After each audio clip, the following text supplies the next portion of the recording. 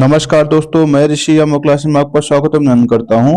दोस्तों, हम लोग आर के प्रीवियस ईयर देख रहे हैं, जिसमें हम लोगों ने केमिस्ट्री वाला सेगमेंट तक देख लिया है। ठीक है, आज हमारा टॉपिक है क्या, जीव विज्ञान। जीव विज्ञान से हम देखेंगे दोस्तों, जीव विज्ञान में जितने प्रश्न बने हैं आपके एग्जाम में उसको देखेंगे। इस सेशन की शुरुआत करें दोस्तों, इसके पहले कुछ जरूरी सूचना है। दोस्तों, हम आपके लिए घटना चक्र पुनर्वलोकन की सीरीज लेकर आए हैं, जिसमें पोल्ट्री वाले सेगमेंट को चल रहा है। पोल्ट्री वाले सेगमेंट दोस्तों अब तक हम लोग आपातकाल तक देख चुके हैं। ठीक है, साथ ही दोस्तों हम लोग जो घटना चक्र है हिंदी वाले सेगमेंट देख रहे हैं। हिंदी वाले सेगमेंट में आपका तत्सम तद्भव कंप्लीट हो चुका है, आप इसे देख सकते हैं यूट्यूब प्लेलिस्ट पे जाकर। साथ ही दोस्तों हमारा एक चैनल है अमोक क्लासेज। अमोक क्लासेज में आप ज्वाइन होकर आप क्या कर सकते हो, वहां पे जो आप अपनी तैयारी को और बेहतर कर सकते हैं। चूंकि वहां पर हम क्या कर रहे हैं, आपकी तैयारी को और धार देने के लिए जो फैक्ट आपसे भूल जाते हैं, जो फैक्ट आप नहीं लर्न कर पाते, उसको क्या किए हैं, उसी को कवर करा रहे हैं। साथ ही दोस्तों आपके करंट अफेयर की कमी ना हो, आप करंट अफेयर में कभी चूक न करें, इसके लिए डेली करंट अफेयर कंप्लीट किया जा रहा है। और ये जो डेली करंट अफेयर है, आपका डेली 10 क्वेश्चन करंट अफेयर होता है, और ऐसे करंट अफेयर है जो आपके एग्जाम के लिए अति महत्वपूर्ण करंट अफेयर होते हैं। ठीक है, अगर आप उसको भूले समझिए एग्जाम भूल जाएंगे। ठीक है, चलते हैं दोस्तों, आज के सेशन की शुरुआत करते हैं। क्या है जीव विज्ञान। अब हम देखेंगे जीव विज्ञान में कौन कौन से प्रश्न आपके एग्जाम बने हैं उसके बारे में। ठीक है, पहला क्या प्रश्न है। अब हमें पहले टॉपिक जो दिया गया है, जीव विज्ञान की उपशाखा, यानी आपने पढ़ा होगा कि कई सी उपशाखाएं पूछी जाती हैं आपके एग्जाम में, उसके बारे में कि कौन किससे संबंधित है, किसमें कौन सा अध्ययन किया जाता है, इस सब का। ठीक है, शुरुआत करते हैं। आज का पहला प्रश्न क्या है, कीटों के वैज्ञानिक अध्ययन को क्या कहते हैं। कीटों वैज्ञानिक अध्ययन क्या कहते हैं दोस्तों, इसको कहते हैं एंटोमोलॉजी। क्या कहते हैं, एंटोमोलॉजी। ठीक है, आगे चलते हैं, इसका एक्सप्लेनेशन देख लीजिएगा, कई उसमें और दिया गया है। क्या है, इक्थोलॉजी मत्स्य की संरचना और कार्की का अध्ययन किया जाता है। एटमोलॉजी कीटों को वैज्ञानिक अध्ययन किया जाता है। पैरासिटोलॉजी परजीवी का अध्ययन किया जाता है। और मैलेकोलॉजी क्या है, मुलस्का और इसके उनके खोलों का अध्ययन किया जाता है। ठीक है, आगे अगला प्रश्न है दोस्तों, रेशम कीट का पालन को क्या कहते हैं। क्या कहते हैं आप बताइएगा, सेरीकल्चर। क्या कहा जाता है, सेरीकल्चर। अच्छा, आप ये बताइएगा हार्टिकल्चर के मतलब क्या होता है। इसे होता है दोस्तों, क्या नाम है, फूल और फल वाले, जो फूल और फलों को जो खेती की जाती है उसके बारे में बात की जाती है। साथ ही आपका जो ये एपीकल्चर का मतलब होता है आपका मधुमक्खी पालन। क्या, मधुमक्खी पालन होता है। और फ्लोरिकल्चर का मतलब होता है फूलों की खेती। क्या होती है, फूलों की खेती। ठीक है, आगे चलते हैं, देखिएगा एक्सप्लेनेशन देख लीजिएगा। एपीकल्चर मधुमक्खी पालन, हार्टिकल्चर फूलों फलों और सब्जियों का अध्ययन, सेरिकल्चर रेशम कीट का पालन, और फ्लोरिकल्चर आपका क्या जो फूलों के कृषि की खेती। ठीक है, फूलों की खेती जो की जाती है उसके बारे में। अब आगे दिया है, निम्नलिखित में से बेमेल ज्ञात कीजिए। बेमेल का मतलब यह 4 ऑप्शन में से आपको यह पता करना है कौन सी इससे संबंधित नहीं है। Physiology, pathology, bacteriology, psychology. दोस्तों ये सब जो है आपका अध्ययन है, बल्कि साइकोलॉजी क्या है, आपका विषय है। ठीक है, आगे चलते हैं, देखिएगा। फिजियोलॉजी, पैथोलॉजी, बैक्टीरियोलॉजी जीव विज्ञान से संबंधित विधाएं हैं, जबकि साइकोलॉजी जो है आपका मनोविज्ञान से संबंधित विधाएं हैं। मतलब मनोविज्ञान से संबंधित हम क्या करते हैं, अध्ययन करते हैं। अगला प्रश्न क्या है, जैव विकास से संबंधित आपका प्रश्न क्या बना, डायनासोर कब थे। डायनासोर के चूंकि हम लोग कल्पना करते हैं डायनासोर रहा होगा, कब रहा होगा। इसका जो ऑप्शन है आपके सामने, सीनोजोइक श्रिप में, मेसोजोइक, या फिर पैलियोजोइक एम्फीबिया। इसमें क्या है, मेसोजोइक में। किसमें, मेसोजोइक में। देखिएगा एक्सप्लेनेशन देख लीजिएगा।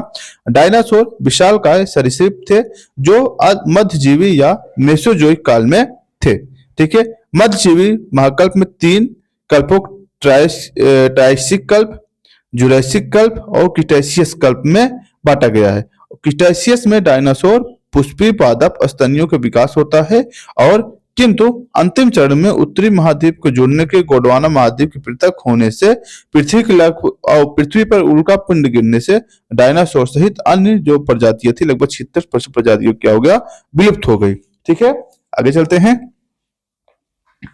अगला प्रश्न आपके सामने, निम्नलिखित में से कौन सी गैस प्राचीन आदिम पृथ्वी के वायुमंडल में अनुपस्थित है। आप बताइए कि कौन सी अनुपस्थित थी दोस्तों। जब शुरुआत हुआ था पृथ्वी की, उस वक्त ऑक्सीजन की कमी थी, यानी ऑक्सीजन नहीं थी। बाद में जब वर्षा होती है, फोटोसिंथेसिस की क्रिया होती है, तब जाके आपके वायुमंडल में ऑक्सीजन की पैदा होती है। देखिएगा प्रश्नगत में विकल्पों में प्राचीन वायुमंडल में ऑक्सीजन गैस नगण्य थी, ठीक है, या अनुपस्थित थी, जबकि मीथेन, अमोनिया, कार्बन डाइऑक्साइड क्या थी, गैस उपस्थित थी। आगे चलते हैं, वर्गीकी के बारे में देखते हैं। निम्नलिखित सील किस प्रजाति की है? दोस्तों सील किस प्रजाति की है आप बताइएगा। सील जो है स्तनी है, सील जो होते हैं स्तनी होते हैं, ठीक है।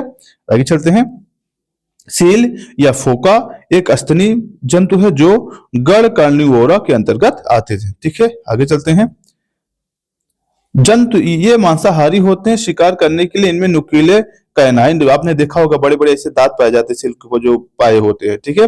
और इनमें तैरने के लिए चापू या फ्लश होते हैं, ठीक है।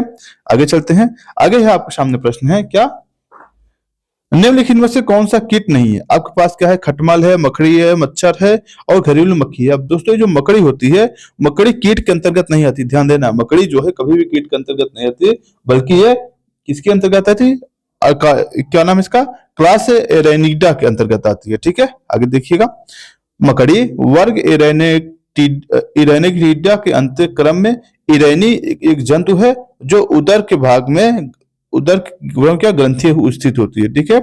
सभी मकड़ियां परभक्षी होती हैं। मकड़ी कीट वर्ग के अंतर्गत नहीं आती क्योंकि यह 6 पाद की है, ठीक है। और जो कि अष्टपाद के होते हैं जो जंतु वो आते हैं इसके अंतर्गत। जैसे जो कीट होते हैं, कीट में 6 पाद होता है, लेकिन मकड़ी जो होती है इसमें 8 पाद होते हैं, इसलिए इसके कीट के अंतर्गत नहीं रखा जाता, ठीक है। आगे चलते हैं, जहरीले जो सांप के जहरीले विषदंत होते हैं वो रूपांतरित होते हैं, किसके होते हैं दोस्तों आप बताइएगा। क्या है, चुंबकस्थ, तालु दंत, स्वानी दंत या जंभिका दंत। आप बताइए दोस्तों, ये जो जंभिका दंत होता है उसी का, किसका होता है, जंभिका दंत का। इसका एक्सप्लेनेशन देख लीजिएगा। विषैले सांपों में ऊपरी जबड़े की मैक्सिलरी हड्डी 1 से 3 जोड़ी, प्रायः जोड़ी बड़े पीछे की ओर मुड़े विषदंत तालु से मुखगण तक उभरे होते हैं, या मैक्सिलरी दंत या उभरी जबड़े की स्थित विष ग्रंथियां संबंधित होती है। आप बताइएगा जो इनका विष होता है, जो इनका विष होता है, मैं आप कमेंट करके बताइए जी विष किस चीज का होता है, कौन सी ग्रंथि से बना होता है विष, ठीक है। आगे चलते हैं, निम्नलिखित में से किस ग्रुप के जंतु प्रायः रात्रिचर होते हैं? आप बताइए कौन रात्रिचर होता है। ऑप्शन क्या है, घरेलू मक्खी, खटमल, तोता, ये तो भैया दिनों में भी चलते हैं। मच्छर, चमगादड़, उल्लू, दोस्तों ये तीनों जो है रात में चलते हैं। अगले मच्छर, गौरैया, गौरैया दिन में भी चलती है, उल्लू, चमगादड़, कुत्ता तो दिन में भी चलता है, ठीक है। यानी ऑप्शन बी क्या होगा आपका, सही होगा, ठीक है। आगे चलते हैं, इधर आइए, क्या है देखिएगा, मच्छरों के बारे में निम्नलिखित कौन सा कथन विचार कीजिए। ये केवल नर रक्त चूसते हैं, केवल मादा रक्त चूसती है, मादा पौधे का रस चूसती है, मादा की अपेक्षा नर के डैने बड़े होते हैं, नर की अपेक्षा मादा के डैने बड़े होते हैं। दोस्तों इसमें जो सही है, केवल नर इसमें रस चूसते ही नहीं, ध्यान देना है, और मादा पौधे से नहीं बल्कि मनुष्य की रक्त चूसती है, ठीक है। आगे चलते हैं, मादा अपेक्षा नर के डौने नहीं, ये मादा के अपेक्षा नर डौने बड़े नहीं बल्कि मादा के जो डौने होते हैं वो बड़े होते हैं, ठीक है। आगे चलते इसमें क्या होता है, ऑप्शन 2 और 5 सही होगा, 2 और 5 ही सही है, ठीक है। देखिएगा इसका एक्सप्लेनेशन देख लीजिए, केवल मादा मच्छर ही गर्म रुधिर वाले कशेरुकाओं, पक्षियों और स्तनियों का रस चूसती है, ठीक है, जो खून होती है उसे चूसती है, ध्यान देना है। वायु परजीवी के रूप में होते हैं। नर मच्छर रुधिर नहीं चूसते हैं, जब नर मच्छर जो होते हैं रुधिर नहीं चूसते हैं, ये अपना पोषण फल फूलों के रस से करते हैं। मादा मच्छर समानतः नर मच्छर से बड़ी होती हैं, और विकल्प में डी क्या है, ऑप्शन सही है। आगे है आप सामने अगला प्रश्न है, निम्नलिखित पादपों में किसका संग्रह तना में नहीं होता है? मतलब कौन सा ऐसा है जो आपको तना नहीं है? जैसे गन्ना तना है, आलू भी तना का भाग है, अदरक भी तना, जो अदरक जो राइजोबियम होता है, राइजोम जिससे कहते हैं, क्या है, ये तना का भाग होता है। जो शकरकंद होता है दोस्तों ये जड़ है, शकरकंद क्या है, जड़ है, ठीक है। आगे चलते हैं, ये तना का भाग नहीं है, देख लीजिएगा क्या है, गन्ना, आलू, अदरक तने का रूपांतरण है, अर्थात इनका संग्रह क्या होता है, तने में होता है, जबकि शकरकंद का संग्रह क्या है दोस्तों, जड़ में होता है, कुंभी जल है, ठीक है। आगे चलते हैं, देखिएगा अगला प्रश्न आपके सामने, इसमें दिया गया है कौन सा सुमेलित नहीं है, क्या है, देखिएगा ऑप्शन क्या क्या है, अदरक, राइजोम, मैंने कहा राइजोम क्या है, तना है ये, ठीक है।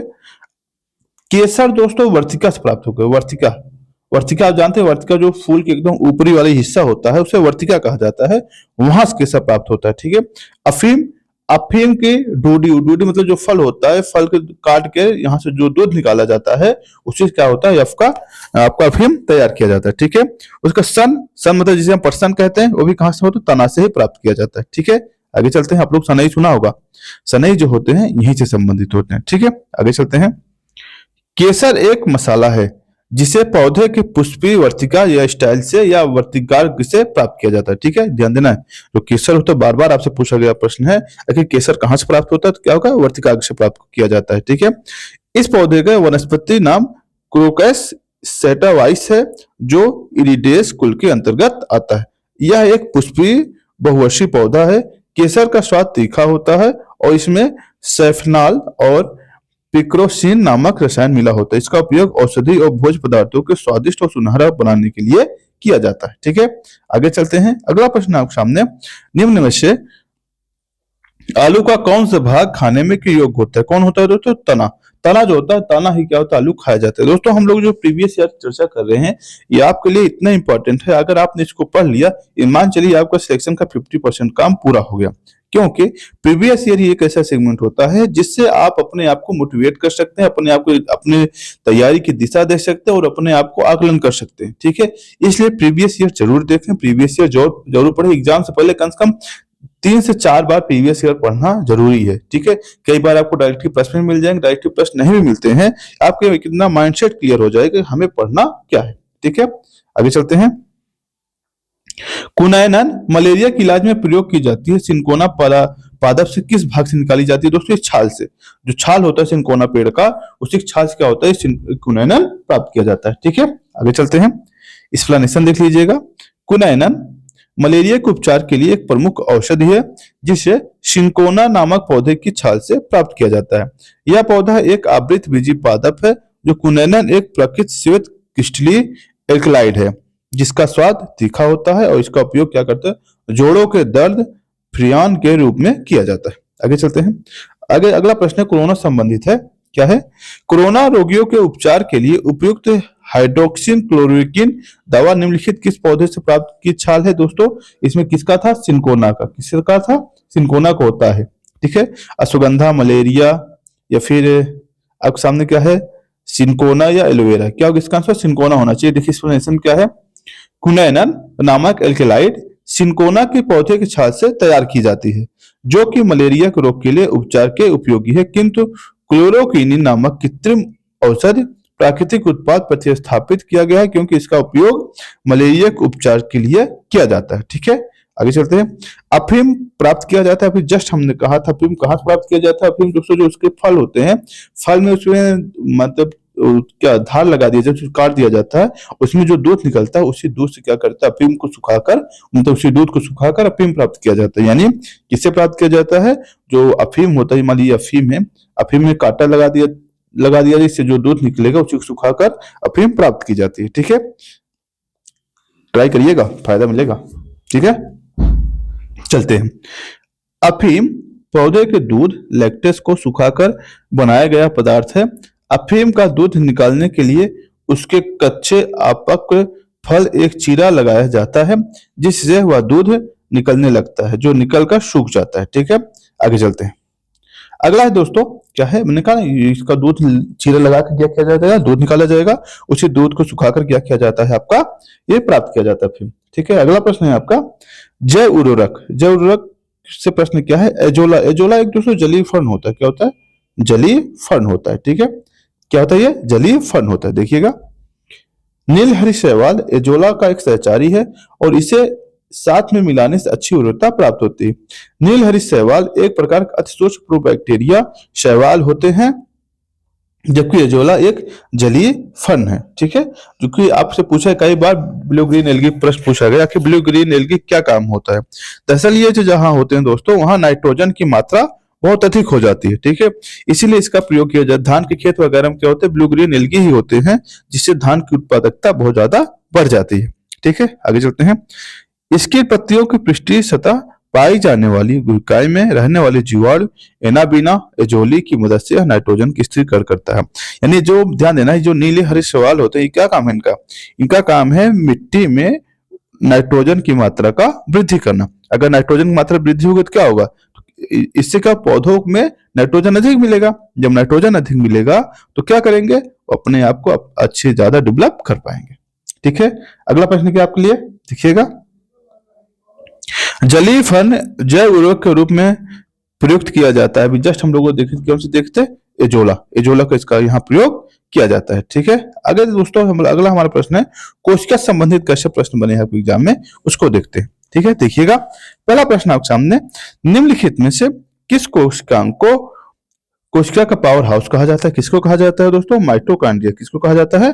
माइटोकॉन्ड्रिया को। ठीक है, देखिएगा माइटोकॉन्ड्रिया जीवाणु और नील हरी शैवालों को छोड़कर से सभी सजीव पादप एवं जंतु कोशिकाओं के और कोशिका द्रव में आयनित रूप में बिखरे होते हैं। श्वसन की क्रिया प्रत्येक जीवित कोशिका के कोशिका द्रव एवं माइटोकॉन्ड्रिया संपन्न होती है। श्वसन संबंधी प्रारंभिक क्रियाएं कोशिका द्रव में होती है। ठीक है, ध्यान देना है, जो श्वसन हम जब लेते हैं, जब ऑक्सीजन जाता है हमारे शरीर में, होता क्या है, तो जो कोशिका में आपके माइटोकॉन्ड्रिया है तो क्या करता है? ऑक्सीजन का प्रयोग करके क्या करता है? एनर्जी को प्रोड्यूस करते हैं। इसका किस रूप में होता है? एटीपी रूप में। एटीपी फुल फॉर्म होता है, कई बार आपके एग्जाम पूछा गया है, एडेनोसिन ट्राइफॉस्फेट। ठीक है, किसका प्रयोग होता है? ऑक्सीजन का प्रयोग करता है। जो चक्र होता है, जिस प्रक्रम के द्वारा इस एटीपी लोग निर्माण होता है, उसे क्या कहते हैं? उसे कहते हैं क्रेब्स चक्र। क्या कहते हैं? क्रेब्स चक्र। आपके एग्जाम में कई बार ये पूछा गया है क्रेब्स चक्र कहाँ संपन्न होती क्रिया? क्या होगा? सेल के माइटोकॉन्ड्रिया में। ठीक है, आगे चलते हैं, देखिएगा माइटोकॉन्ड्रिया में होती है। चूंकि माइटोकॉन्ड्रिया महत्वपूर्ण क्रिया होती है, अधिकांश ऊर्जा उत्पन्न होती है, इसलिए माइटोकॉन्ड्रिया को कोशिका का या क्या कहते हैं? पावर हाउस कहते हैं। क्या कहा जाता है? पावर हाउस कहा जाता है। आगे चलते हैं, देखिएगा हमारे शरीर का अधिकतम भाग बना है, किसका बना है दोस्तों? अस्थियों का, शारीरिक अंगों का, त्वचा मांसपेशियों का या जल का? किसका बना है दोस्तों हमारे शरीर सबसे ज्यादा? जल का। हमारे शरीर में लगभग 65%, कितना 65 से 70% क्या है? जल है। क्या है? जल है। ठीक है, देखिएगा हमारे शरीर का अधिकतम भाग क्या है? जल से बना है, जिसमें इसकी मात्रा लगभग 2/3 तक पाई जाती है। एक वयस्क मानव के शरीर में उसके भार का लगभग 65-60 से 70% तक क्या होता है? जल होता है। ठीक है, आगे चलते हैं। जल प्राकृत का सबसे उत्तम विलायक है होता है या जीव तंत्रों में अन्य अधिकांश पदार्थों के रूप में घुले होते हैं। ध्यान दें, जल आपको डायरेक्टली नहीं पता कहाँ जल है कहाँ जल है, लेकिन जो हमारे कोशिकांग बने हैं उसमें क्या होते हैं? जल ही होते हैं। ठीक है, इस प्रकार कोशिका द्रव, ऊतक द्रव, रुधिर प्लाज्मा, मूत्र, श्वेद या आदि आधारभूत तरल क्या है? जल के ही होते हैं। ठीक दोस्तों, आगे चलते हैं। अगला हमारा प्रश्न है क्या, देखिएगा निम्नलिखित में से कौन मानव शरीर की सबसे छोटी हड्डी होती है? ये बार बार छोटे बच्चों वाले प्रश्न है। कौन सी? स्टेपी। ये कान वाली जो हड्डी होती है, जो स्टेपी होती है, ये क्या होती है? सबसे छोटी हड्डी है। ठीक है, देखिएगा मानव शरीर की सबसे छोटी हड्डी स्टेपी होती है, जो मनुष्य के कान में पाई जाती है, जबकि मानव शरीर की सबसे बड़ी हड्डी फीमर होती है। कहाँ पाई जाती है? जांघ में पाई जाती है। कहाँ पाई जाती है दोस्तों? जांघ में पाई जाती है। ठीक है, आगे चलते हैं।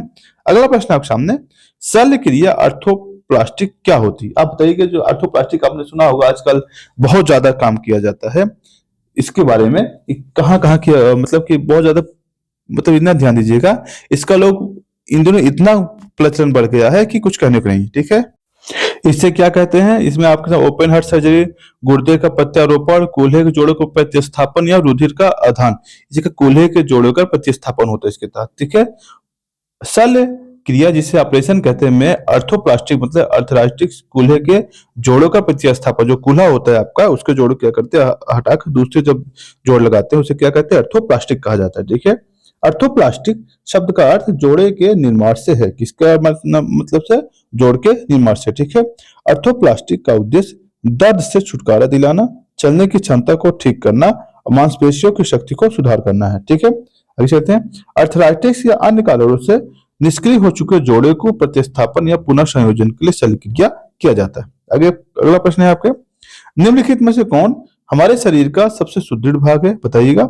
जो आपके दोस्तों इनेमल होता है, इसे इनेमल कहते हैं। क्या? इनेमल।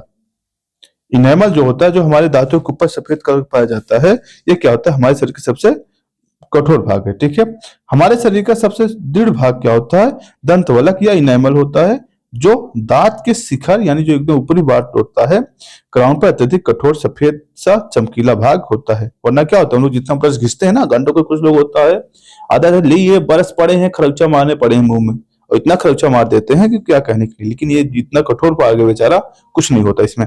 ठीक है, मुख्यतः कैल्शियम फास्फेट और कैल्शियम कार्बोनेट से बना होता है। फौलाद से टकराने की इसमें चिंगारी निकलती है। ठीक है, आगे चलते हैं। अगला प्रश्न आपके सामने, रुधिर परिवहन से संबंधित है। हमें देखना है रुधिर परिवहन से संबंधित कैसे आपके प्रश्न एग्जाम बने हैं, इसको देखना है। क्या, रुधिर वाहिका के संबंध निम्नलिखित कथनों पर विचार कीजिए। क्या है आपके सामने ऑप्शन, इसमें लोहा होता है, अच्छा सही है। यह रक्त को लाल रक्त प्रदान कर देता है, बिल्कुल। जो आरबीसी होता है, क्या हो, आरबीसी की बात कर रहा है, आरबीसी। ठीक है, आरबीसी या कुछ रोगों को प्रतिरक्षा प्रदान करता, नहीं दोस्तों, जो आरबीसी होती है, क्या देना, ये प्रतिरक्षा नहीं प्रदान करती। ठीक है, ये डब्ल्यूबीसी काम होता है, आरबीसी की नहीं।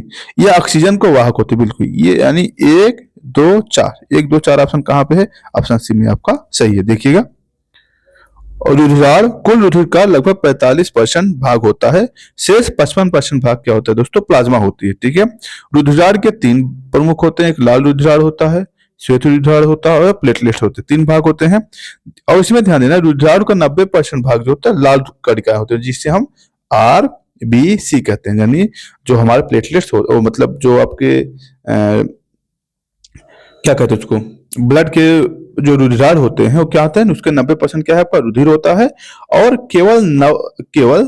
केवल कशेरुकियों में प्राणियों में पाया जाता है। जो आरबीसी होती है केवल कशेरुकियों में पाया जाता है। ठीक है, और लाल रुधिरार जो होते हैं दोस्तों, हीमोग्लोबिन नामक प्रोटीन पाया जाता है। जो आरबीसी होती है उसमें क्या होता है कि 90% क्या है, प्रोटीन पाया जाता है। बाकी और ये हीमोग्लोबिन क्या काम होता है, हीमोग्लोबिन काम होता है ऑक्सीजन को लेकर परिवहन करना। जैसे जब आपके लंग्स में ऑक्सीजन पहुंचता है, वहां से यहाँ हीमोग्लोबिन होता है ब्लड में, वह क्या करता है, ऑक्सीजन क्रिया करके ऑक्सी हीमोग्लोबिन बना लेता है, ऑक्सी हीमोग्लोबिन बना लेता है, फिर इसे लेकर पूरे बॉडी में लेकर पहुंच जाता है। ठीक है, इसमें हीम नामक लाल रंग का पदार्थ पाया जाता है, जो इसे लाल रंग प्रदान करता है। ठीक है, रोगों के प्रतिरक्षा प्रदान करने का कार्य श्वेत रक्त कणिकाएं करती हैं, जिन्हें वीर सिपाही की संज्ञा से अभिहित किया जाता है। ठीक है, आगे चलते हैं। अगला प्रश्न आपके सामने, लाल रक्त कणिकाओं का रंग कैसा होता है दोस्तों, ध्यान देना है। हीमोग्लोबिन का कलर लाल होता है। लाल किसके लिए होता है, इनका रंग जो हीमोग्लोबिन होता है, हीमोग्लोबिन के मिलने की वजह से क्या होता है, लाल हो जाता है। क्यों, क्योंकि हीमोग्लोबिन क्या होता है आपका, हीमोग्लोबिन क्या होता है आपके, ये आयरन होते हैं, आयरन की वजह से क्या होता है, ये लाल हो जाता है। देखिएगा, एक्सप्लेनेशन देख लीजिएगा इसका क्या है। लाल रक्त कणिका जिसे आरबीसी का रंग हीमोग्लोबिन नामक प्रोटीन ऑक्सीजन से संयुक्त होकर होने से बनता है। ठीक है, आगे हम लाल रुधिर कणिकाओं को एरिथ्रोसाइट कहते हैं। क्या कहते हैं, एरिथ्रोसाइट कहते हैं।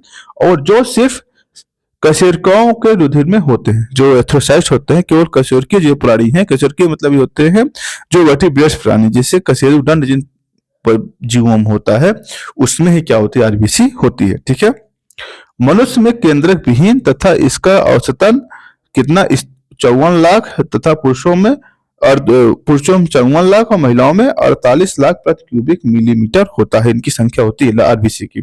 ठीक है, और शरीर में गैस के परिवहन के लिए कार्य करती है। अच्छा, कोई ऐसा जीव बताइएगा जिसमें, जो कोई ऐसा वर्टिब्रेट बताइएगा जिसके आरबीसी में केंद्रक होता है। क्या होता है, आरबीसी में केंद्रक, हमें आप कमेंट करके बताइएगा ये बॉक्स। ठीक है, आगे चलिएगा। निम्न रक्त वर्ग में सर्वात्रिक दाता किसे कहा जाता है दोस्तों, ओ को कहा जाता है। और ए बी क्या कहा जाता है, ग्राही, यानी सबको ग्राही होता है, इसमें दाता होता है, इन्हें सबको दे सकता है। ठीक है, आगे चलते हैं, देखिएगा। रक्त वर्ग ओ सार्वत्रिक दाता है, क्योंकि इसमें कोई भी प्रतिजन या एंटीजन नहीं पाया जाता, बल्कि और एंटीबॉडी दोनों पाए जाते हैं। ठीक है, अतः इसमें रुधिर के सभी वर्गों के व्यक्तियों को चढ़ाया जा सकता है। दूसरी ओर इस वर्ग के प्लाज्मा में दोनों प्रतिरक्षियों की उपस्थिति के कारण किसी भी अन्य व्यक्ति का रुधिर इस वर्ग के व्यक्तियों को नहीं चढ़ा सकते। ठीक है, रक्त वर्ग ए बी सर्वाधिक ग्राही होता है। क्या है? लाल रक्त कणिका मुख्यतः बनती है, किससे बनती है, कहाँ बनती है आपके यकृत में, हृदय में, गुर्दे में, अस्थिमज्जा में। ये बनती है दोस्तों अस्थिमज्जा, जिसे हम बोन मैरो कहते हैं। क्या कहते हैं? बोन मैरो जो कहा जाता है, उसी में क्या होता है? आरबीसी का निर्माण होता है। ठीक है, आगे चलते हैं, देखिएगा। लाल रक्त कणिकाओं श्वसन के अंगों से ऑक्सीजन लेकर सारे शरीर में क्या करते हैं? पहुंचाते हैं। कौन करते हैं? आरबीसी काम होता है।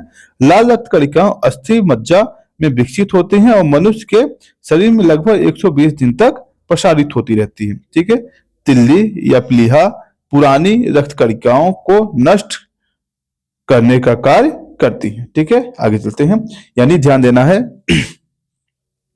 जो आरबीसी होती, कभी कभी आपसे पूछा गया आरबीसी का कब्रगाह, आरबीसी का कब्रगाह किसे कहा जाता है? आरबीसी का कब्रगाह किसे कहा जाता है, पूछा गया प्रश्न है। तो इसका क्या आंसर होगा दोस्तों? ये प्लीनी, ये जो प्लीनी है, जिसे तिल्ली कहते हैं, जिसे हम प्लीहा कहते हैं, प्लीहा या फिर स्प्लीनी जो होता है, ये क्या होता है? आरबीसी कब्रगाह होता है। यहाँ क्या होता है? आरबीसी नष्ट होती है और डब्ल्यूबीसी का निर्माण होता है। आपसे पूछा गया प्रश्न है, आखिर आरबीसी डब्ल्यू कहाँ पे आरबीसी का नष्ट होता है और डब्ल्यूबीसी का निर्माण होता है? उसका क्या आंसर होगा? यही होगा। ठीक है, आगे चलते हैं। अगला प्रश्न आपके एग्जाम में आपके ये पूछा गया है, क्या एक सामान्य 70 किलोग्राम भार वाले वयस्क मनुष्य के रक्त की कुल मात्रा कितनी होती है? दोस्तों बताइएगा कितनी होती है? इसमें करीब 5000। कितनी होती है? 5000 मिली। ठीक है, या 5000 मिली मतलब क्या? मिलीलीटर मतलब क्या हो गया? 5 लीटर है या ना? 5 लीटर के आसपास होती है। एक समान 70 किलोग्राम भार वाले वयस्क मनुष्य में रक्त का कुल मात्रा कितनी होती? 500 मिली, या फिर जिसे हम मिली कहते हैं उसे एमएल कहते हैं। ठीक है, आगे चलते 5000 एमएल। अगला प्रश्न आपके सामने, आरएच कारक का नाम संबंधित है, किससे संबंधित दोस्तों? मानव। इसका क्या मतलब है? एक वैज्ञानिक थे आपके, जिनका नाम था लैंडस्टीन। कौन थे? लैंडस्टीन। जब ब्लड ग्रुप की खोज हो रही थी, इसी समय इन्होंने ये पता लगाया कुछ ऐसे व्यक्ति हैं जिनके अंदर जो रीसस नामक बंदर है, उसके ब्लड ग्रुप कुछ मिलता हुआ फैक्टर है। ठीक है, इसीलिए उन्होंने ढूंढा, तो जिसमें पाया गया उसमें आरएच प्लस कहा गया, जिसमें नहीं होता आरएच माइनस कहा गया। इसलिए जो होता है, कभी आपने पढ़ा होगा ओ माइनस या फिर ओ प्लस, ऐसे ब्लड ग्रुप आपने पढ़ा होगा। उसका रीजन ये है, जिन ब्लड ग्रुप में आरएच फैक्टर नहीं होता उन्हें आरएच मतलब माइनस ब्लड ग्रुप कहा जाता है, जिसमें आरएच फैक्टर होता है उसका माइनस प्लस ग्रुप होता है। ठीक है, इसी संबंधित है। ये किससे है? मानव के रक्त से। ठीक है, आगे देखिएगा। 1900 ईस्वी में कार्ल लैंडस्टीनर ने 4 रक्त समूह ए बी और ओ की खोज की। ठीक है, बाद में रिसर्च बंदर में एक अलग फैक्टर ढूंढा गया, जिसे आरएच फैक्टर नाम दिया गया। जहां रक्त समूह ओ ए में एंटीजन ए पाया जाता है, वहीं रक्त समूह बी में आपको एंटीजन आपने पता ही नहीं पता है, एंटीजन एंटीबॉडी। ध्यान देना, अगर एंटीजन एंटीबॉडी में आपको हल्का स्ट्रिक्ट समझा देता हूं, हो सकता है आपको कभी कभी एग्जाम पूछ लिया जाता है, और पूछा गया प्रश्न है, मैं थोड़ा स्पेस मिल जाए कहीं से। ये देखिएगा, जैसे अगर एंटीजन ए होगा, ब्लड ग्रुप ए होगा, तो इसमें एंटीजन ए होगा। ठीक है, लेकिन जो एंटीबॉडी होगी यहाँ पी होगी। ठीक है, अगर ब्लड ग्रुप बी होगा, इसमें एंटीजन बी होगा, और लेकिन जो एंटीबॉडी होगी क्या होगी? ए होगी।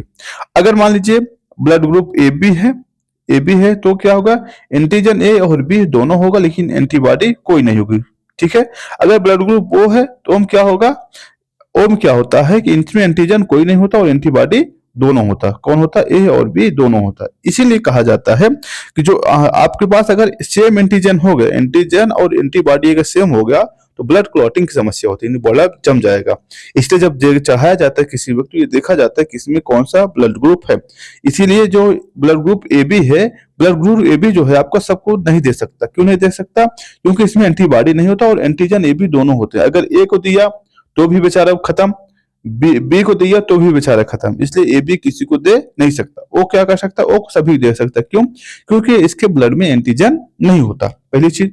दूसरी चीज ये ध्यान देना है, अब आरएच फैक्टर की बात आई, अगर आरएच फैक्टर प्लस है और आरएच फैक्टर माइनस है, अगर आरएच फैक्टर मतलब आरएच फैक्टर है उसके ब्लड में, तो ए माइनस या प्लस प्लस या माइनस ऐसे करके आपका सीक्वेंस में रहेगा। यानी डिपेंड करता है कि आरडीएच फैक्टर जो आपकी प्रॉब्लम है या नहीं है। इसमें एक ट्रिक बस इतना ध्यान दीजिएगा, अगर ब्लड ग्रुप रहेगा तो एक एंटी क्या होगा बी, तो एंटीबॉडी क्या होगा बी होगा। ठीक है, ऐसे ही आपको अगर बी रहेगा तो उसका एंटी क्या होगा ए, एक क्या होगा उसमें दोनों मतलब वो एंटीजन आपका पाया जाएगा, एंटीबॉडी आपका पाया जाएगा। ठीक है, वही चीज लिखा गया है। देखिएगा, किसी खास रक्त समूह के रक्त को जब विपरीत रक्त में मिलाया जाता है तब क्या होता है, रक्त थक्के जमने लगते हैं। ठीक है, यानी अगर किसी गलत हम ग्रुप में मिला देते हैं क्या होगा, रक्त का थक्का बनने लगेगा। ठीक है, जिससे रक्त स्कंदन या ब्लड क्लॉटिंग कहते हैं। चूंकि ओ माइनस समूह का रक्त ना तो कोई एंटीजन उपस्थित होता है और ना ही आरएच फैक्टर, ध्यान देना है। ओ निगेटिव जो होता है, अगर प्लस रहा तो ओ प्लस रहा तो इसमें क्या आरएच फैक्टर उपस्थित है, अगर ओ निगेटिव रहा तो इसमें आरएच फैक्टर भी उपस्थित नहीं है, और इस रक्त समूह किसी भी कोई देने में कोई समस्या नहीं होता। लेकिन अगर ओ एच ओ प्लस है तो तब समस्या हो सकती है, ध्यान देना है। तब अगर ओ प्लस रहा तो अब समस्या बन सकती है। ठीक है, आगे देखिएगा, वह क्रिया जिसके द्वारा पौधे अपना भोजन तैयार करते हैं क्या कहा जाता है, इसको प्रकाश संश्लेषण कहते हैं। क्या कहते हैं, प्रकाश संश्लेषण। ठीक है, आगे चलते हैं, देखिएगा ऑप्शन क्या है आपके सामने, प्रकाश संश्लेषण। ठीक है, एक्सप्लेनेशन देख लीजिए। प्रकाश संश्लेषण हरे पौधे में होने वाली वह क्रिया है जिससे वे भोज्य पदार्थों का निर्माण करते हैं। ठीक है, इस क्रिया के प्रकाश ही ऊर्जा प्रदान करती है। यानी इससे क्या होता है, क्या करते हैं, लाइट एनर्जी का प्रयोग करके क्या करते हैं, अपना भोजन का निर्माण करते हैं। जिस प्रकार से हम लोग क्या करते हैं, जैसे एलपीजी वगैरह का यूज करके अपने भोजन बनाते हैं, उसी प्रकार से ये जो पौधे होते हैं ये भी अपना भोजन कैसे बनाते हैं, सन के लाइट से। ठीक है, प्राकृतिक रूप से पौधे सूर्य के प्रकाश से ही ऊर्जा ग्रहण करते हैं, किंतु समुद्री शैवाल चंद्रमा के प्रकाश में क्या करते हैं, यह क्रिया करते हैं। ध्यान देना, ये प्रश्न जो है कभी कभी कई बार आपसे प्रश्न पूछा जाता है कि जो आपके क्या नाम है समुद्री होते हैं, जो समुद्री जीव होते हैं, जो शैवाल होते हैं, क्या वो सूर्य के लाइट में प्रकाश संश्लेषण क्रिया करते हैं? हाँ करते हैं।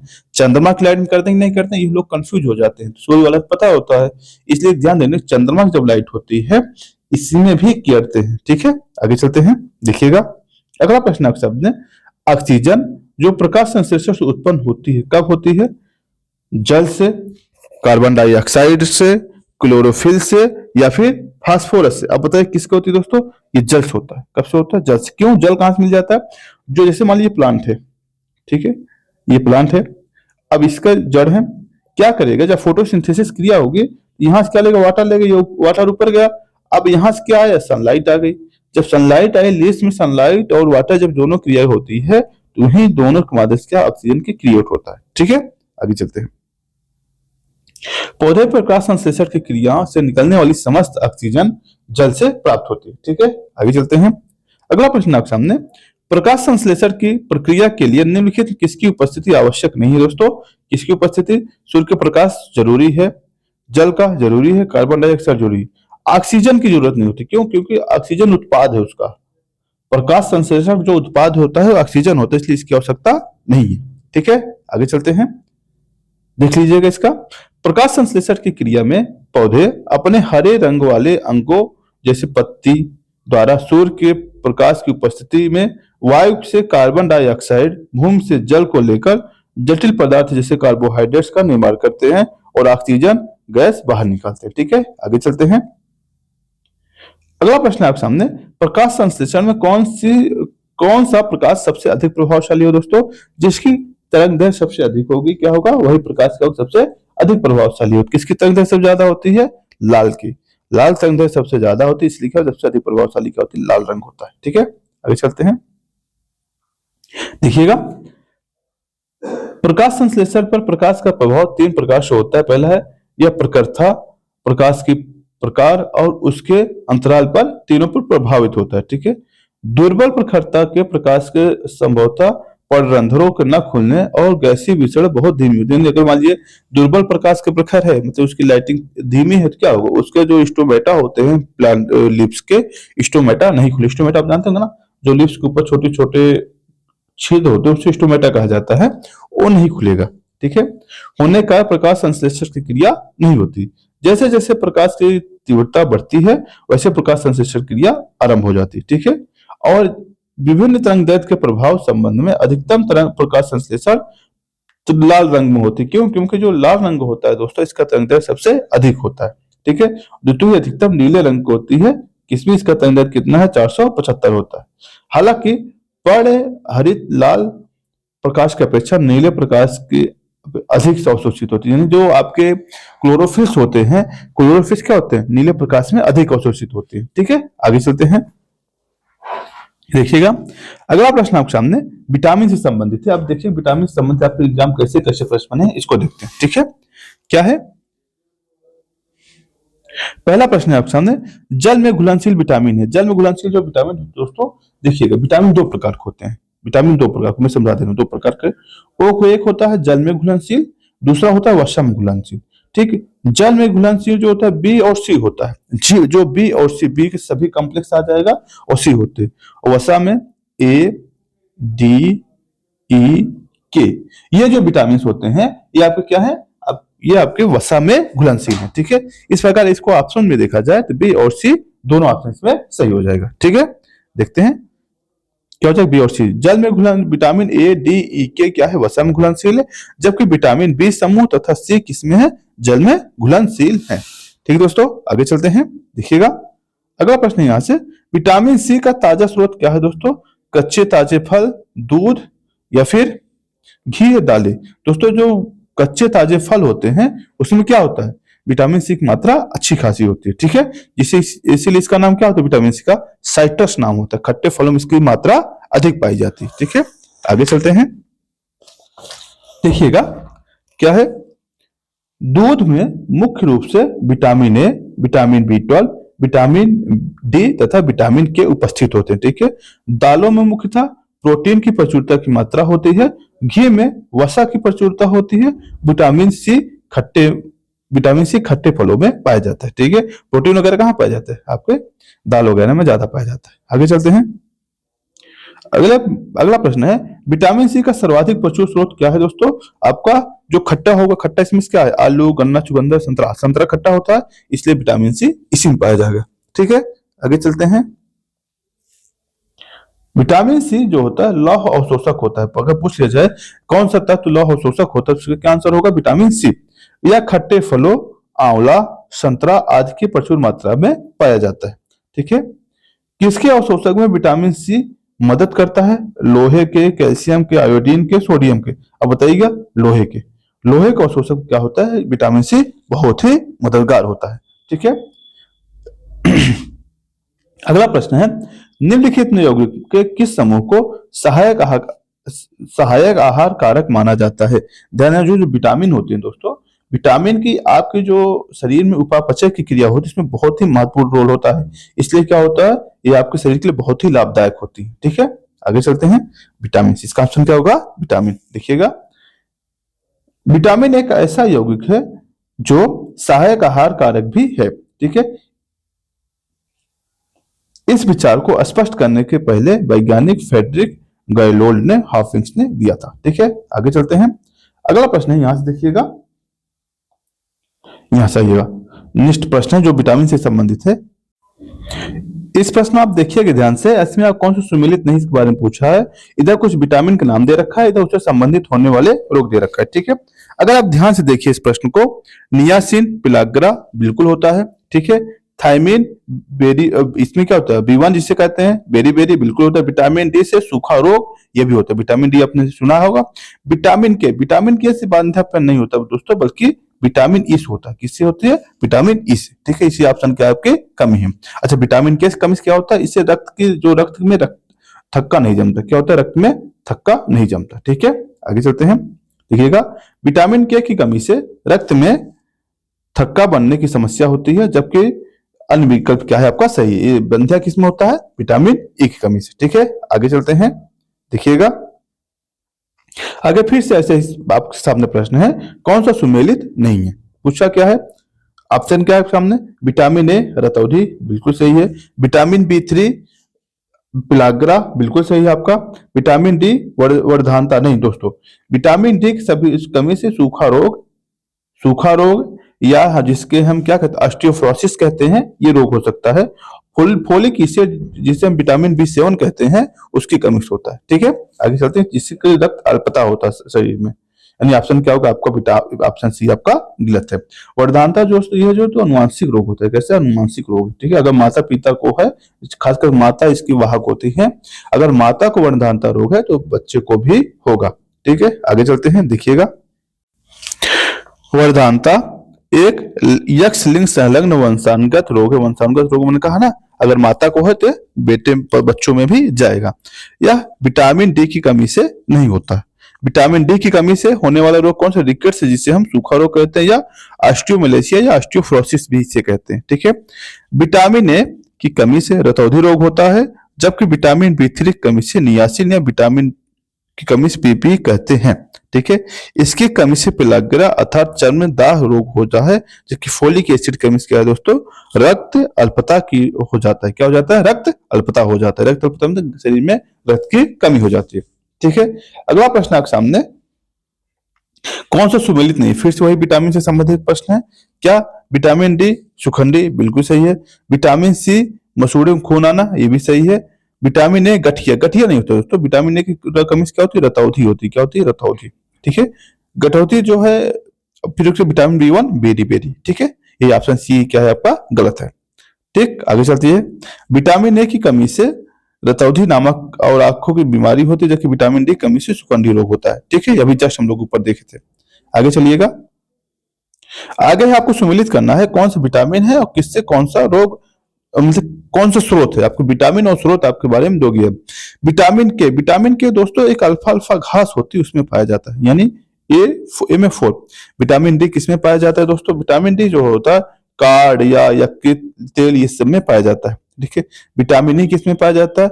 गेहूं को जो भ्रूण का तेल होता है, या गेहूं का जो तेल होता है, उसमें विटामिन ई बड़ी अच्छी मात्रा में पाया जाता है। उसके बाद विटामिन सी किसमें पाया जाता है? नींबू या खट्टे फलों में पाया जाता है, यानी ए में 4 बी में 3। ए में 4 बी में 3, यानी ऑप्शन क्या है? आप डी आप क्या होगा? सही होगा। देखिएगा, विटामिन के अल्फा अल्फा, vitamin D cod, vitamin E गेहूं भ्रूण तेल, और विटामिन सी क्या होगा? नींबू। ठीक है, आगे चलते हैं।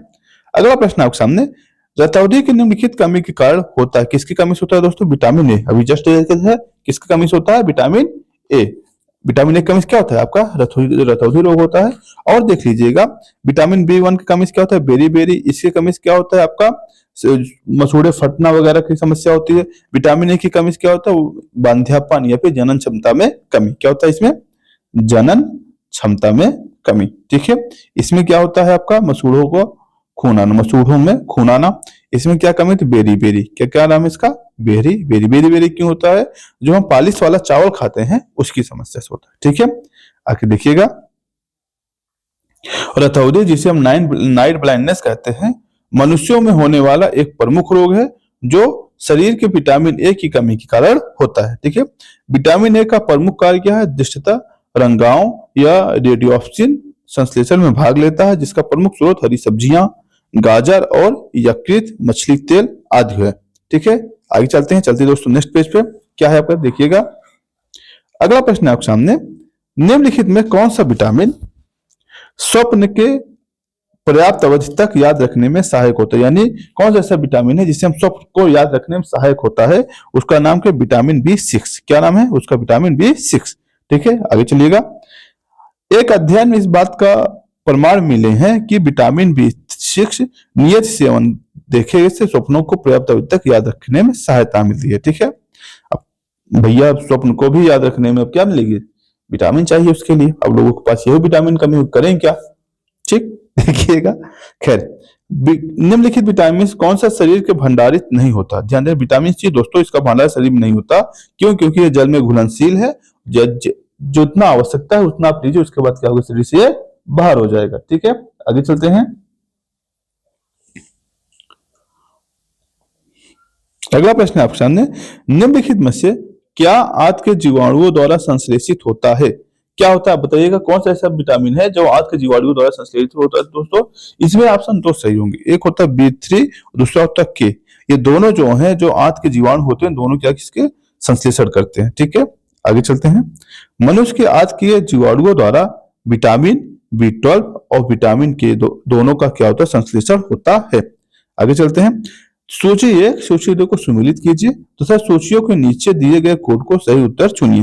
आपका क्या है, आपका सामने सुमेलित करने के लिए दिया गया, आपको दिया गया है कहाँ किससे कौन सा रोग होता है, किस विटामिन से होता है। किससे होता है दोस्तों, विटामिन ए अभी जस्ट देखे हैं। रिकेट्स रोग जिससे विटामिन डी की कमी से होते हैं, ठीक है। स्कर्वी रोग विटामिन सी की कमी से होता है। और बेरी बेरी रोग किससे होता है, विटामिन बी से होता है। यानी आपसे नाम मिला लीजिएगा, ठीक है। आगे चलते हैं, मिला दिया है मैंने पूरा, देखिएगा। वही चीज चूंकि बार बार वही प्रश्न बना है तो इस बार बार उसकी चर्चा करने की जरूरत नहीं है। नए प्रश्न को देखते हैं, ठीक है। क्या है, निम्नलिखित में से कौन सा एक विटामिन सूर्य के प्रकाश में उपस्थिति त्वचा में बनता है। कौन सा दोस्तों, विटामिन डी। विटामिन डी जो होता है ना, क्या करता है, सूर्य की त्वचा से मतलब सूर्य की रोशनी से बनता है। कभी कभी हम बच्चे थे, जब हम लोग बच्चे थे, कहते जा रहे हैं विटामिन डी लेने जा रहे हैं ना, तो मजाक किया होगा घर में, ठीक है। विटामिन डी का तेल जो स्रोत है कहाँ से मिलता है, सूर्य की किरण से मिलता है। वास्तव में सूर्य की किरणों के द्वारा विटामिन डी का निर्माण हमारी त्वचा के कोशिकाओं द्वारा किया जाता है, ना कि सूर्य की रोशनी में विटामिन डी नहीं होता, बल्कि हमारी जो शरीर की त्वचा होती है विटामिन डी का क्या करती है, निर्माण करती है, ठीक है। अगला प्रश्न है, गेहूं की रोटी बनाने में गुणों में प्रभावित करने वाला पदार्थ कौन है। दोस्तों, गेहूं में एक प्रोटीन पाया जाता है जिसका नाम है ग्लूटीन। क्या नाम है, प्रोटीन है ये उसका, उसी कारण क्या होता है, गेहूं ऐसा होता है, ठीक है। आगे चलते हैं। गेहूं की रोटी सख्त गेहूं के आटे की बनाई जाती है और सख्त कठोर गेहूं में ग्लूटीन नामक प्रोटीन की मात्रा अधिक होती है, जबकि मुलायम गेहूं में ग्लूटीन की मात्रा कम होती है। आगे चलिएगा। लिखा है, निम्नलिखित में से किस फल में लौह की प्रचुर मात्रा पाया जाता है। आप बताइएगा किसमें पाया जाता है दोस्तों। इसमें जो करौंधा होता है, करौंधे में बहुत ज्यादा लौह पाया जाता है। क्यों, ये खट्टा होता है हल्का सा, उसमें लोहे की मात्रा सबसे अधिक पाया जाता है और इसका आयुर्वेद में बहुत प्रयोग होता है करौंधे का, ठीक है। देखिएगा, करौंधा आप लोग खाए होंगे ना, जो खट्टा खट्टा होता है, बहुत खट्टा होता है, हम लोग खाने में मतलब चटनी उटनी बनती होगी, अचार उचार, उसी क्या होता है, उसी का प्रयोग किया जाता है। क्या है, करौंधा एक आवृतबीजी पौधा होता है जिसके फल में विटामिन सी तथा लौह प्रचुर मात्रा में पाया जाता है। विटामिन सी के घाव भरने में उपयोग होता है, जबकि लौह पदार्थ के हमारे शरीर के रक्त में हीमोग्लोबिन में पाया जाता है, ठीक है। आगे चलते हैं। अगला प्रश्न आपके सामने क्या है, निम्नलिखित विटामिन में से किसमें कोबाल्ट होता है। बताइए दोस्तों, जो B12 होता है दोस्तों, B12 जो होता है इसमें कोबाल्ट होता है, ठीक है। आपसे अच्छा देखिएगा, कोबाल्ट एक खनिज लवण है जो विटामिन B12 का एक महत्वपूर्ण घटक है, ठीक है। विटामिन B12 वृद्धि के लिए आवश्यक होता है, इसकी कमी से क्या तंत्रिका की कार्यकी भी गड़बड़ हो जाती है। विटामिन B12 के महत्वपूर्ण स्रोत मांस, मछली, यकृत, दूध, पनीर इत्यादि होते हैं, ठीक है। आगे चलते हैं। दूध किस बैक्टीरिया के कारण खराब होता है दोस्तों, आप बताइएगा कौन सा बैक्टीरिया इसका है लैक्टोबैसिलस। क्या नाम है, लैक्टोबैसिलस। लैक्टोबैसिलस नामक बैक्टीरिया होता है जिसकी वजह से क्या दूध खट्टापन हो जाता है, ठीक है। और यही एक वजह होता है, अगर पूछा जाए कैसे, मतलब कि दूध में कैसे, आप ट्रिक बता दे रहा हूँ इसका। लैक्ट मतलब क्या, लैक्टस हम लोग बच्चों को पिलाते हैं ना, उसी से याद करिएगा लैक्टोस होता है, ठीक है। इसकी वजह से क्या होता है, दूध आपका खराब हो जाता है। आगे चलते हैं, इसका एक्सप्लेनेशन देख लीजिएगा। दूध में लैक्टोबैसिलस नामक बैक्टीरिया के कारण खराब हो जाता है, ठीक है। यह एक अति महत्वपूर्ण जीवाणु है जो कि पाचक नाल में पाया जाता है। यह जीवाणु मिल्क शुगर लैक्टिक अम्ल से बदलते हैं। क्या ध्यान देना, जो ये क्या करते हैं, जीवाणु क्या करते हैं, जो शुगर को लैक्टिक अम्ल में बदल देते हैं, जिसके कारण क्या होता है, दूध खट्टा हो जाता है। और इससे क्या होता है, दूध से दही, छाछ और पनीर निर्माण में लैक्टोबैसिलस जीवाणु द्वारा किया जाता है। यानी जो हम पनीर वगैरह बनाते हैं ना, उसमें जो लैक्टोबैसिलस जो जीवाणु होता है हमारा, उसी का रोल क्या होता है, अच्छा खासा रोल होता है। यही क्या करता है, पनीर बनाने में हम क्या करता है, मदद करता है, ठीक है। आगे चलते हैं। आगे ये दूध से दही परिवर्तन की क्रिया होता है, किसके द्वारा होता है, बैक्टीरिया द्वारा होता है। किसके द्वारा होता है, ये बैक्टीरिया के द्वारा होता है, ठीक है। पढ़ने की जरूरत नहीं, जस्ट हम लोग एक्सप्लेनेशन देख लिए हैं। आगे दोस्तों कुछ सूची दी गई है, आपको सुमेलित करना है, कौन सा सुमेलित है, कौन सा मतलब कौन सा किसमें सुमेलित करना है, ठीक है। आगे क्या है, हड्डियों में उपस्थित यौगिक, सिरका में उपस्थित अम्ल, दूध से खट्टा होना, फलों का पकना। देखिएगा, जो लैक्टिक एसिड होता है इसमें C1 हो जाए, क्यों, दूध से खट्टा जो होता है लैक्टिक एसिड की वजह से होता है। जो एसिटिक एसिड होता है दोस्तों, ये सिरके में पाए जाते हैं, यानी इसमें भी मिथिली हो जाएगा। कैल्शियम फास्फेट दोस्तों हड्डियों में पाया जाता है, यानी ए में 4 हो जाएगा। और एथिलीन जो है दोस्तों फलों को पकाने में काम होता है। ये कैसा है? गैसीय हार्मोन। एथिलीन जो है कैसा हार्मोन है? गैसीय हार्मोन है। ठीक है, आगे चलते हैं। 4-3-1 ऑप्शन जो है ऑप्शन डी आपको क्या हो जाएगा? सही हो जाएगा। देखिएगा, हड्डियों की उपस्थित यौगिक कौन सा है? कैल्शियम फास्फेट है। सिरके में उपस्थित अम्ल कौन सा है? एसिटिक एसिड होता है। दूध का खट्टा होना क्या है दोस्तों? लैक्टिक एसिड होता है। फलों का पकना क्या होता है दोस्तों? एथिलीन होता है। ठीक है, आगे चलते हैं। अगला प्रश्न आपसे, दूध दुग्ध प्रोटीन पचाने वाला एंजाइम कौन सा होता है दोस्तों? इसे कहते हैं रेनिन। रेनिन जो होता है दोस्तों ये किसमें होता है? दूध में जो हमारे पेट में होता है, रेनिन नामक एंजाइम होता है जो दूध के केसिन नामक प्रोटीन, पहले क्या होता है दूध में जो प्रोटीन होता है क्या नाम उसका? केसिन। केसिन नामक प्रोटीन है, उसको पाचन में सहायक होता है। और केसिन एक ऐसा प्रोटीन है जिसके वजह से दूध क्या होता है? सफेद होता है। क्या होता है? सफेद होता है। ठीक है, आगे चलते हैं। देखिएगा, दुग्ध में प्रोटीन पचाने वाला एंजाइम रेनिन होता है जो दूध के घुलनशील प्रोटीन केसिन को ठोस एवं घुलनशील कैल्शियम पैराक्सीनेट में परिवर्तित कर दूध से दही रूप में जमा देता है। यानी जो केसिन होता है दोस्तों इसको पैराक्सीनेट में पहले परिवर्तित कर देता है, उसके बाद किसमें परिवर्तित कर देता है? ये दही में जमा देता है। ठीक है, शिशुओं को जठर रस में यह पाचक एंजाइम होता है किंतु वयस्कों में यह नहीं होता। ध्यान देना, ये एक ऐसा एंजाइम है जो जैसे लोग बड़े हो जाते हैं वो अपने आप गायब हो जाता है। ठीक है, आगे चलते हैं। देखिएगा, अगला प्रश्न है, निम्नलिखित में से कौन सा एंजाइम प्रोटीनों को अमीनो अम्ल में विघटित कर देता है? बताइएगा, कौन सा एंजाइम है दोस्तों? पेप्सिन है, यूरेसिया है, लैक्टेस है, जाइलम है। पेप्सिन होता है। पेप्सिन क्या करता है? प्रोटीन को तोड़ता है। ठीक है, देखिएगा, प्रोटीनों का पाचन अमाशय से प्रारंभ होता है और अमाशय में पेप्सिन नामक एंजाइम प्रोटीन को छोटे पॉलीपेप्टाइड और उनके घटक अमीनो एसिड क्या कर देता है? बदल देता है। याद कैसे करेंगे? पी से प्रोटीन, पी से प्रोटीन, पी से प्रोटीन, पी से पेप्सिन। याद रखिएगा, ये चीज याद रहेगा। ठीक है, आगे चलते हैं। अगला प्रश्न है, सबसे अधिक प्रोटीन पाई जाती है उड़द के दाल में, अरहर दाल में, मटर दाल में या सोयाबीन में? सोयाबीन जो दाने होते हैं दोस्तों इसमें प्रोटीन की मात्रा सबसे अधिक होती है। ठीक है, कितनी होती है? लगभग इसमें दोस्तों होता है लगभग 40 से 45%। कितना?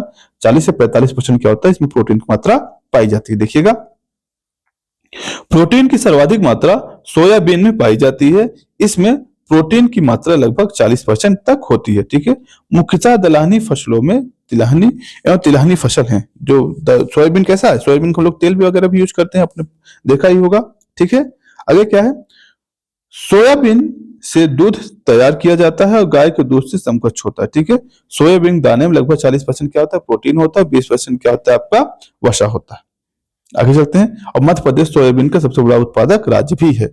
अगला प्रश्न है आपके सामने, निम्नलिखित में से जो बताइएगा, मानव के बाल और नख में कौन सा प्रोटीन पाया जाता है दोस्तों? उसमें केराटिन होता है। कौन सा होता है? केराटिन। केराटिन जो होता है इसमें पाया जाता है। ठीक है, आगे चलिएगा। बाल केराटिन नामक प्रोटीन का बना होता है। यह प्राणियों में नाखून और बालों के रूप में संरचनात्मक घटक है। आगे चलते हैं। अगला प्रश्न आपके सामने, निम्नलिखित में से कौन सा एक सुमेलित युग्म है? सही है। कौन सा? Vitamin B1, vitamin B2। पहला क्या है? रेटिनॉल।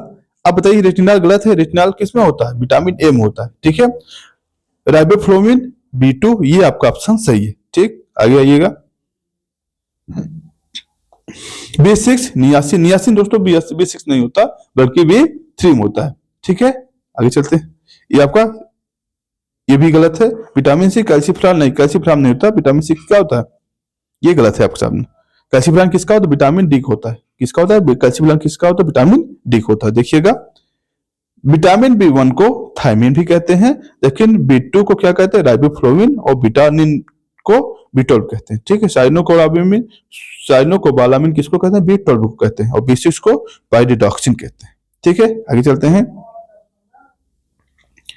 निम्नलिखित में से खाद्य पदार्थों में कौन सा सभी आवश्यक अमीनो अम्लों का सर्वोत्तम स्रोत है? आप बताइएगा। केला, अंडा, दाल और मछली। इसमें से आप बताइए किसमें प्रोटीन की अच्छी मात्रा पाई जाती है? दोस्तों अंडा, और सबसे अच्छा स्रोत है।